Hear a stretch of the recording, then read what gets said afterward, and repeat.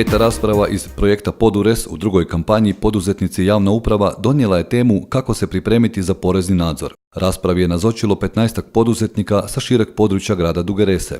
Porezni nadzor možemo definirati kao postupak provjere koji provode ovlaštene osobe porezne uprave radi točnog utvrđivanja činjenica i određivanja stvarne porezne obveze.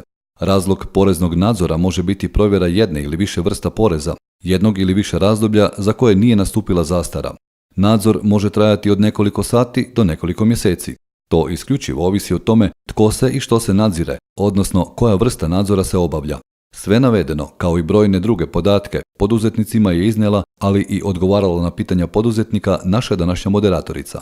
Kakav je tijek poreznog nadzora, znači kako porezna provodi porezni nadzor, kako porezna izabire mete za porezni nadzor, znači porezne obveznike koje će gledat, koja dokumentacija računovodstveno-knjigovodstvena je nama poreznim obveznicima potrebna da bi dokazali da su naša knjiženja koja smo obavili u našim poslovnim knjigama i temeljem kojih smo priznali određena prava i izračunali određene porezne obaveze, da ta dokumentacija upravo bude vjerodostojna i kvalitetna i za porezne obveznike prihvatljiva. Osim obveza koje su nametnuta propisima, obveznik u postupku nadzora ima i određena prava. Prije svega, obveznik ne samo da ima obvezu, nego ima i pravo sudjelovati u nadzoru.